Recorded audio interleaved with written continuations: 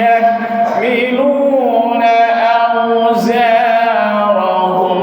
على ظهورهم ألا ساء ما يزرون. Ya Allah, alat tebusan yang penyesalanku ya Allah. Sia-sia rupanya hidupku di atas dunia selama ini, dan dia pun mulai dipaksa memikul dosa-dosa mereka di atas punggung mereka. Nah, ayat ini juga nasihat bagi kita di ujung tahun Syamsiah ini. Mari kita mengoreksi diri kita sendiri, itu namanya muhasabah. Supaya jangan ada yang kita pikul besok di akhirat yang kita tidak akan sanggup memikulnya. Kenapa? Karena dosa yang ringan-ringan tampaknya di dunia ini ringan saja, tapi di akhirat nanti dia menjadi berat sekali. Tak sanggup kita memikulnya. Karena itu sebelum itu terjadi, cepat bertobat, minta ampun kepada Allah. Ya, astagfirullahaladzim. Kita memohon ampun kepada Allah sampai waktu itu. Berapa menit? Habis? 11 menit? 10 menit. Bisa kita simpulkan ya? Bisa kita simpulkan Bapak Ibu itu hormat. Orang-orang yang menantang Allah di dunia ini, kita lihat tadi seperti di ruang angkasa yang tidak lurus jalannya, belok-belok, itu menabrak kemana-mana. Itu lambang dari orang kafir. Hancur ke sana, hancur kemari. Kenapa? Karena dia tidak mengikut garis. Sedangkan kita umat Islam ini adalah orang yang mengikut garis yang lurus, garis falak namanya. Kullu fi falaki yasbahun. Semua benda-benda yang benar itu dia beredar menurut garis yang telah ditetapkan oleh Allah, tak melenceng dia. Wa inna hadha sirati mustaqiman fattabi'uhu wa la tattabi'us subula fatafarraqa bikum an sabili. Dzalikum wasaqum bihi la'allakum tattaqun.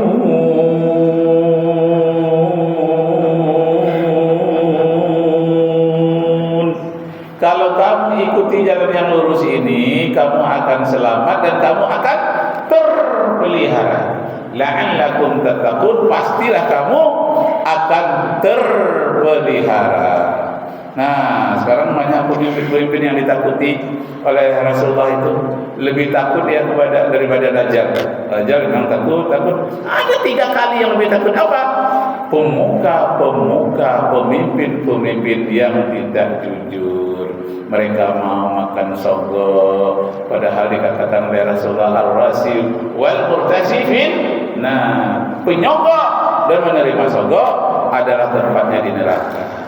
Disogoklah dengan cara mengambil murah tanah masyarakat di Rempang, ambil tanah masyarakat di Pik 2. Apa itu Pik? Pantai Indah Kampung.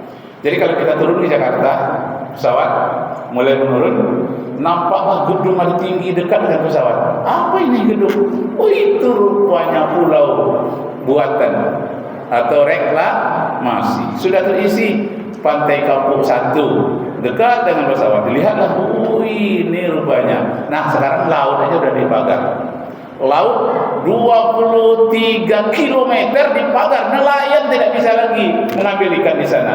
Padahal itu milik negara. Dijadikan oleh mereka sebagai milik pribadi. Bendera merah putih tak boleh dikibarkan di sana. Kenapa? Milik kami pribadi. Lupa dia bahwa asas hukum agraria di Indonesia, hak milik adalah berfungsi sosial. Baik rumah kita di Perumnas, hak milik itu berfungsi sosial, milik kita, tapi berikan orang lewat, berikan jalan lewat, itu sampai kita dapat pahala. Memang sudah ditetapkan oleh hukum agraria seperti itu. Kebetulan sarjana hukum saya jurusan agraria, jurusan hukum pertanahan.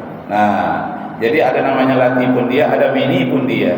Yang latifundia ini tak boleh memiliki tanah seluas-luasnya, harus dibatasi luasnya. Itu larangan latifundia. Larangan mini fundia tak boleh pula terlalu kecil sekali, hanya 3 meter saja dibeli. 4 meter tidak boleh. Jadi ada larangan minifundia, ada latifundia. Nah sekarang diraup semua, puluhan ribuan hektar Pantai Indah Kapuk 2 di Rempang, di Jawa Tengah dan di banyak daerah. Masya Allah, orang inilah yang akan ditimpakan azab oleh Allah. Dia sangka dia akan lepas di dunia, tidak akan lepas apapun agamanya, apa dia Konghucu, apakah Nasrani, apakah Islam, takkan lepas dari jeratan Allah. Makanya dalam Al-Quran, wailul lil mutaffifin alladzina idza iktalu 'alan nasi yastaghfun wa idza kaluhum aw wazanuhum yukhsirun. Orang seperti itu apabila dia mengukur tanah dikurang-kuranginya apabila untuk orang lain. Tapi kalau dia ukur tanah untuk dirinya sendiri, dia lebih-lebihkan. Dia lupa bahwa perbuatannya itu akan dipertanggungjawabkan di hadapan Allah Subhanahu wa taala. Hidup di dunia ini hanya sementara saja. Hadiah ini tanam-tanaman, ke barat juga akhir condongnya. Dunia ini hanya pinjaman, ke akhirat juga kita akhirnya. Jadi janganlah mentang-mentang hak milik kita berfungsi untuk pribadi saja, jangan. Jadikanlah sebagai fungsi sosial, fungsi ta'awun wa ta'awanu 'alal birri wat taqwa wa la ta'awanu 'alal ismi wal 'udwan. Jadi tanah berfungsi sosial. Yang lebih baik lagi apabila kita punya tanah diwakafkan untuk masjid, diwakafkan untuk musholla, untuk TK, untuk MDA. Masya Allah. Ada RT di tempat kami sebelum dia meninggal yang ikut tanah hostel, ikut untuk masjid. Kan sudah ada orang ngasih air supaya parkirnya lebih luas. Tidak lama itu meninggal dia.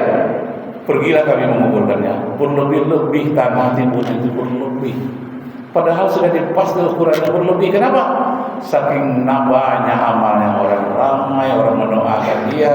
Masya Allah. Jadi di dunia saja sudah nampak kelebihannya itu. Apalagi besok di akhirat. Masya Allah dia infakkan. Ini mau jalan yang belum. Ambillah. Cuma 2 meter. Aku juga akan tidur di tempatnya 2 meter itu. Ambillah. Tak bisa buat bikin ruku 2 meter itu juga tak bisa. Ambillah untuk kepentingan masyarakat banyak. Ya Allah, lapangnya kuburan orang ini. Masya Allah. Nah, orang-orang inilah nanti mendapatkan yarithunal firdaus. Mereka masuk ke dalam surga Firdaus. Hum fiha